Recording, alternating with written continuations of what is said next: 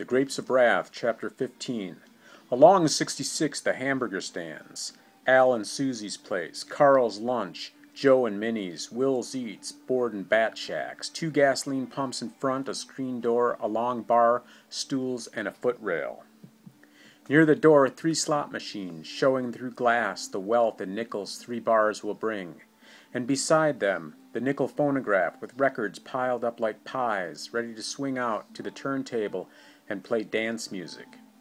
Tippy Tippy Tin, Thanks for the Memory, Bing Crosby, Benny Goodman.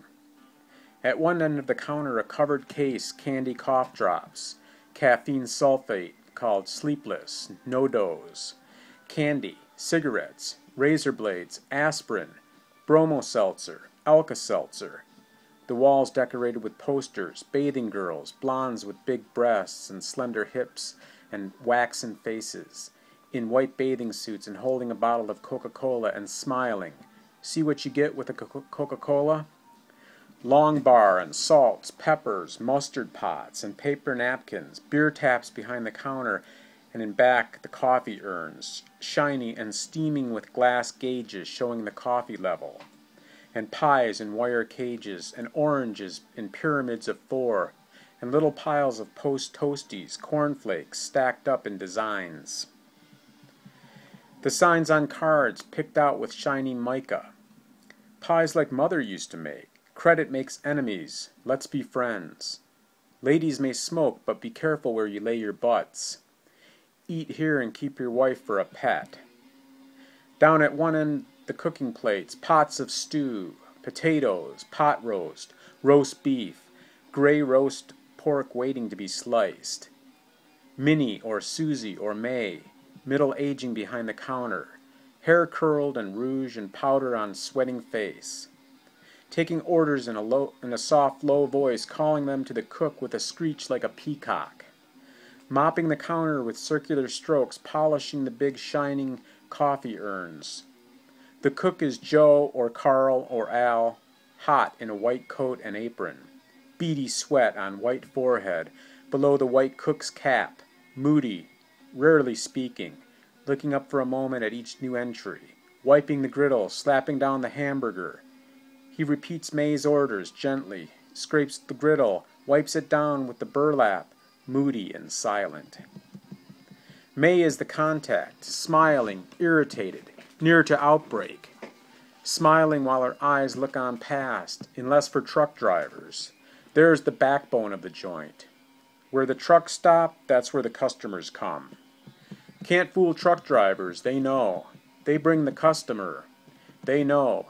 Give 'em a stale cup of coffee and they're off the joint. Treat 'em right and they'll come back. May really smiles with all her might at truck drivers.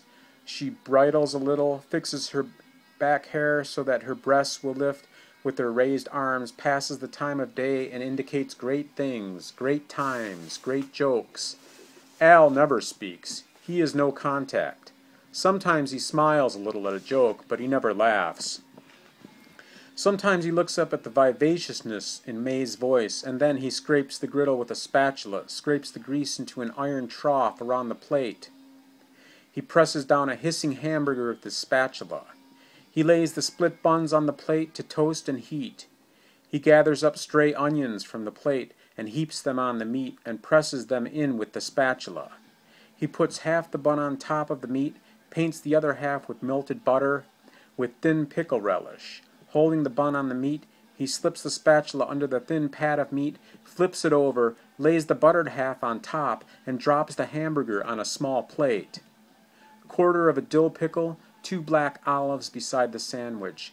Al skims the plate down the counter like a quoit, and he scrapes his griddle with the spatula and looks moodily at the stew kettle. Cars whisking by on 66, license plates, Massachusetts, Tennessee, Rhode Island, New York, Vermont, Ohio, going west, fine cars, cruising at 65. There goes one of them Cords, looks like a coffin on wheels, but Jesus, how they travel. See that LaSalle? Me for that. I ain't a hog, I go for a LaSalle. If you're going big, what's the matter with the CAD? Just a little bit bigger, little faster. I'd take a Zephyr myself. You ain't riding no Fortune, but you got class and speed. Give me a Zephyr. Well, sir, you may get a laugh out of this. I'll take a Buick Puick. That's good enough, but hell, that costs in the Zephyr's class and it ain't got the sap. I don't care. I don't want nothing to do with nothing of Henry Ford's. I don't like 'em. Never did. Got a brother worked in the plant. Ought to hear him tell. Well, his Zephyr's got sap. The big cars on the highway, languid, heat-rattled ladies, small nucleuses about whom revolve 1,000 accoutrements, creams, ointments to grease themselves, coloring matter in vials.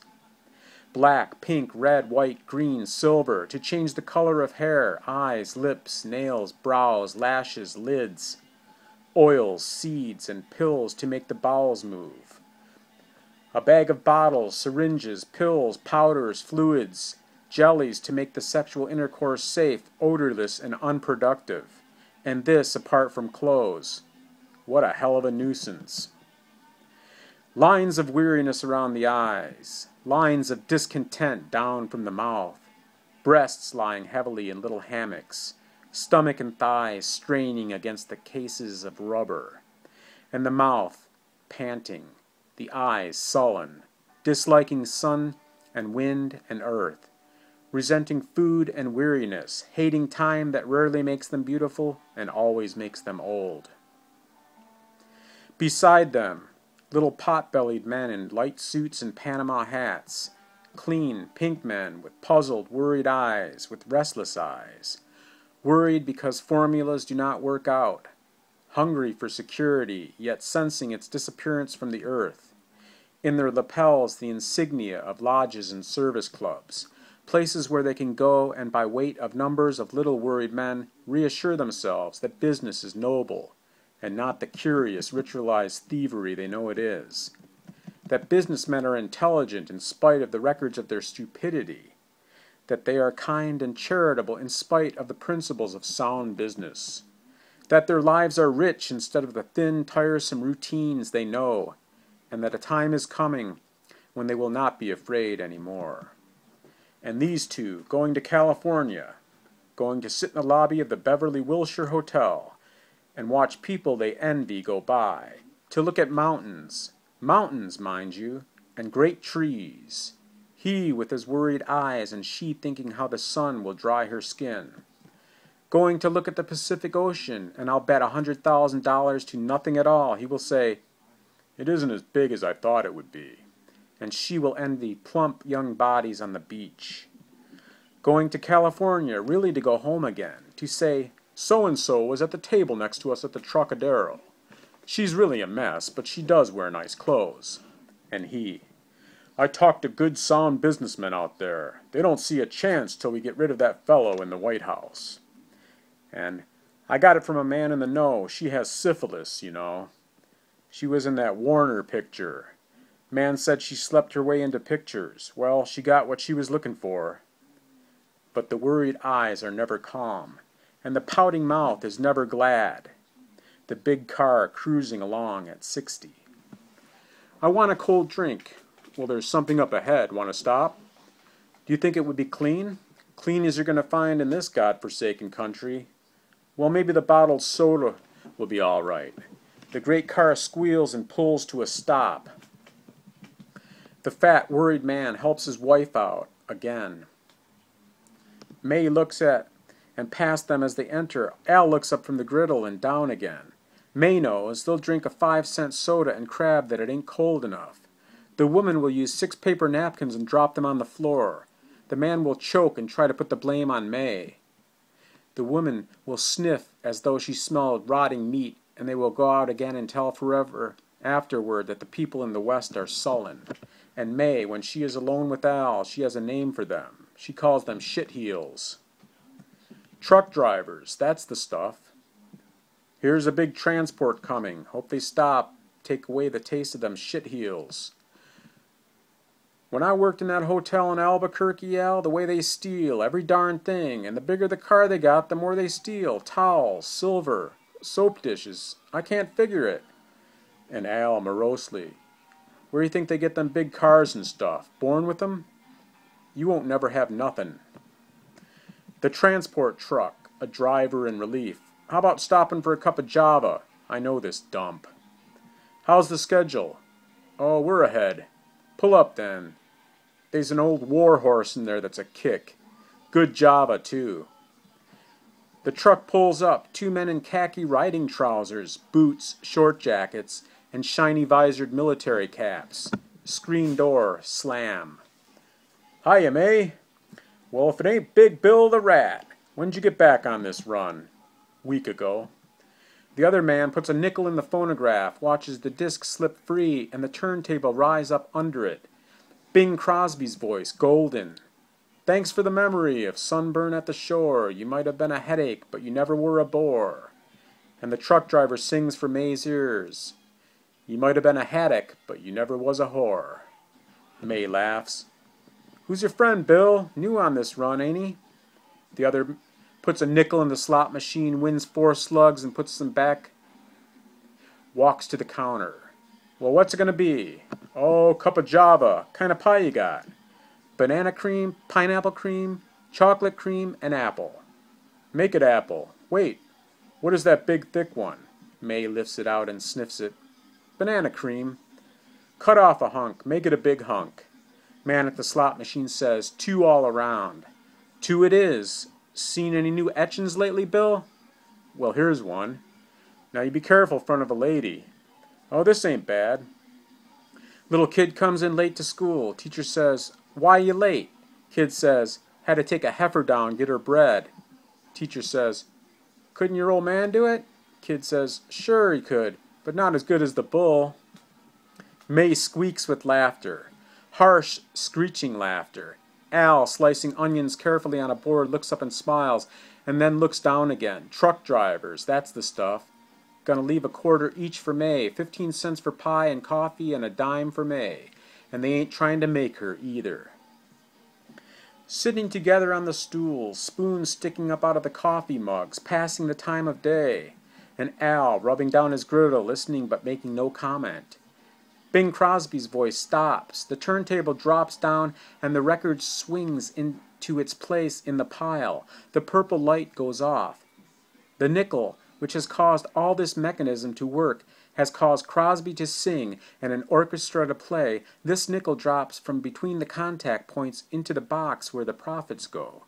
The nickel, unlike most money, has actually done a job of work, has been physically responsible for a reaction. Steam spurts from the valve of the coffee urn. The compressor of the ice machine chugs softly for a time and then stops.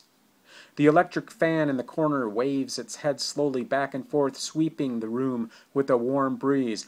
On the highway, on 66, the cars whiz by. There was a Massachusetts car stopped a while ago, said May. Big Bill grasps his cup around the top so that the spoon stuck up between his first and second fingers. He drew in a snort of air with the coffee to cool it. You ought to be out on 66, cars from all over the country, all heading west. Never seen so many before. Sure some honeys on the road. We seen a wreck this morning, his companion said. Big car, big cad. A special job, and a honey. Low, cream color, special job. Hit a truck. Folded the radiator right back into the driver. Must have been doing 90. Steering wheel went right on through the guy and left him a-wiggling like a frog on a hook. Peach of a car, a honey. You can have her for peanuts now. Driving alone the guy was. Al looked up from his work. Hurt the truck?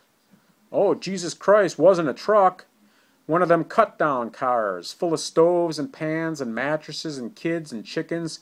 Going west, you know. This guy comes by us doing 90, reared up on 2 wheels just to pass us, and a car's coming, so he cuts in and wangs this here truck. Drove like he's blind drunk. Jesus, the air was full of bedclothes and chickens and kids. Killed 1 kid. Never seen such a mess. We pulled up. Old man that's driving the truck, he's just stands there looking at the dead kid. Can't get a word out of him. Just rum-dum. God almighty, the road is full of them families going west. Never seen so many. Gets worse all the time. Wonder where the hell they all come from. Wonder where they all go to, said May. Come here for gas sometimes, but they don't hardly never buy nothing else. People says they steal. We ain't got nothing laying around. They never stole nothing from us. Big Bill, munching his pie, looked up the road through the screen window. Better tie your stuff down. I think you got some of 'em coming now. A 1926 Nash sedan pulled warily off the road, up the highway. The back seat was piled nearly to the ceiling with sacks with pots and pans, and on the very top, right up against the ceiling, 2 boys rode. On the top of the car, a mattress and a folded tent poles tied along the running board. The car pulled up to the gas pumps. A dark-haired, hatchet-faced man got slowly out, and the 2 boys slid down from the load and hit the ground. May walked around the counter and stood in the door. The man was dressed in gray wool trousers and a blue shirt, dark blue with sweat on the back and under the arms. The boys in overalls and nothing else, ragged, patched overalls. Their hair was light, and it stood up evenly on all over their heads, for it had been roached.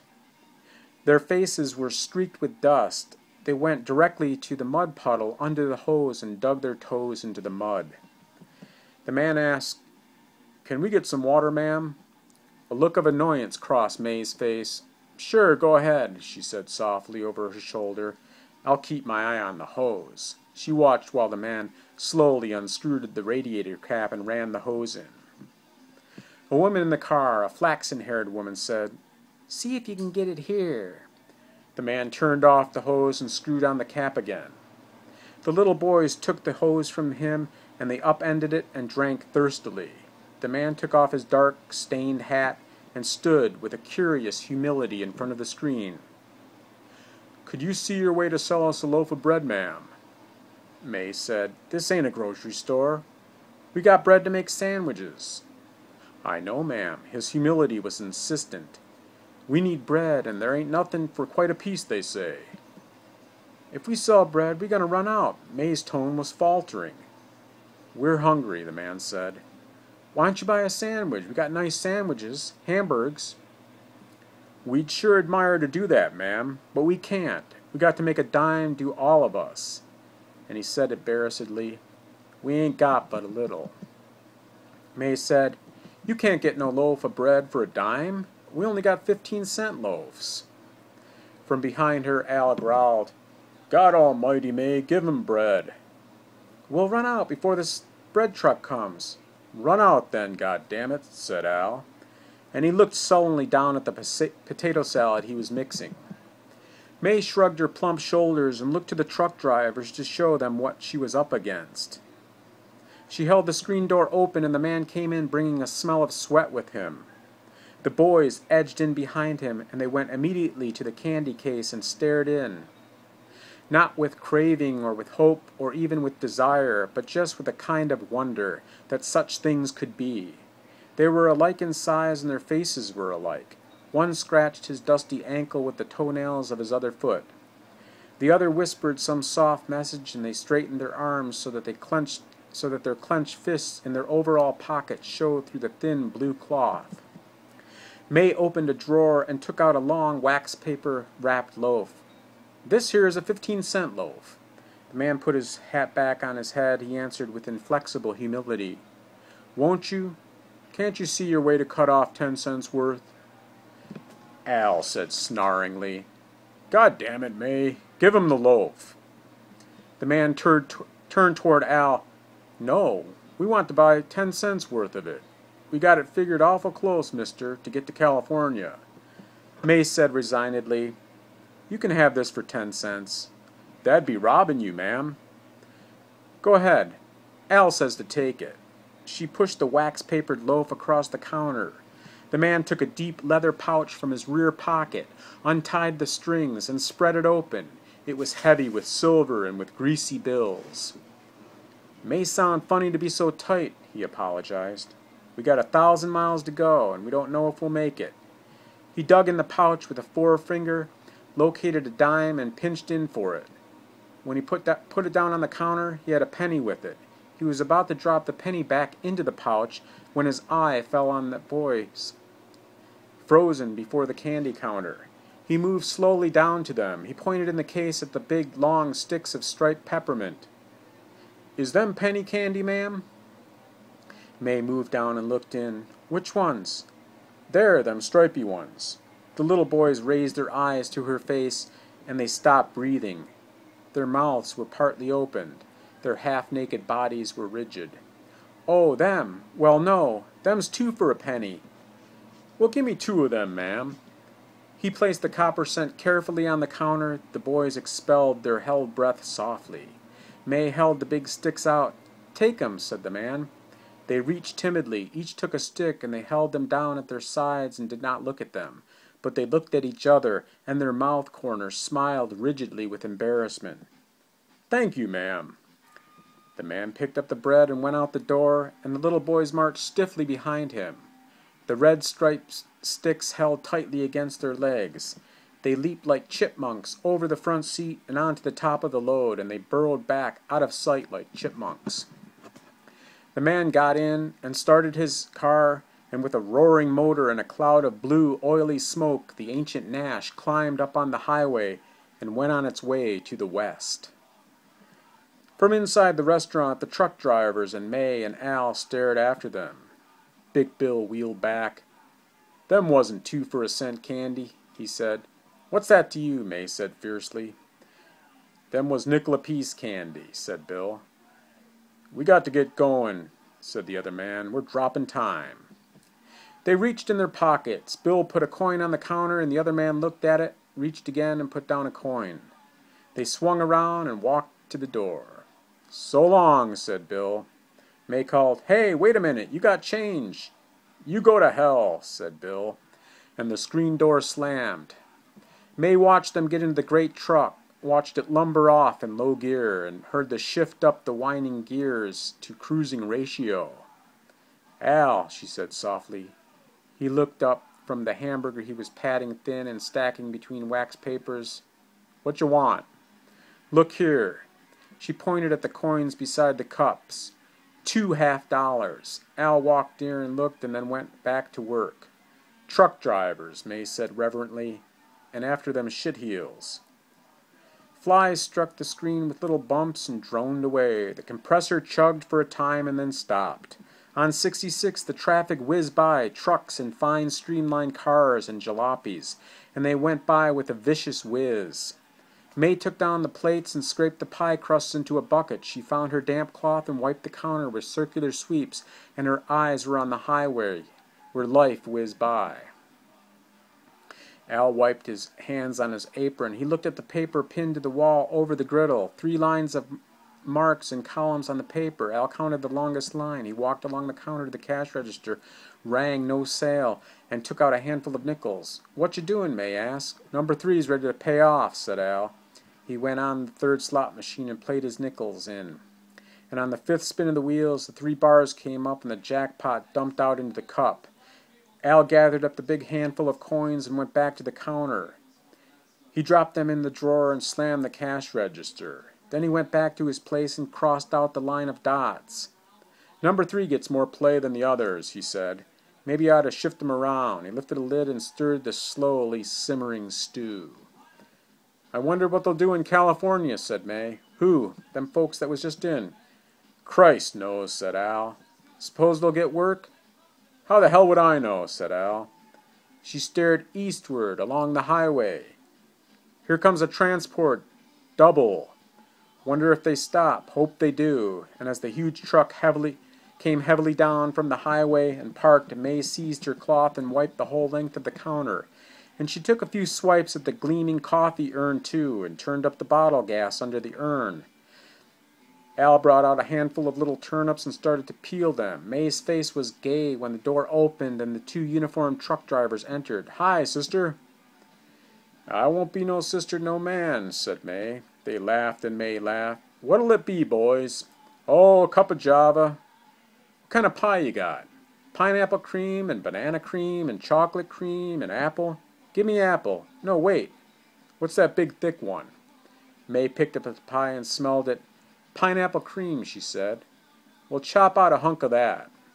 The cars whizzed by on 66.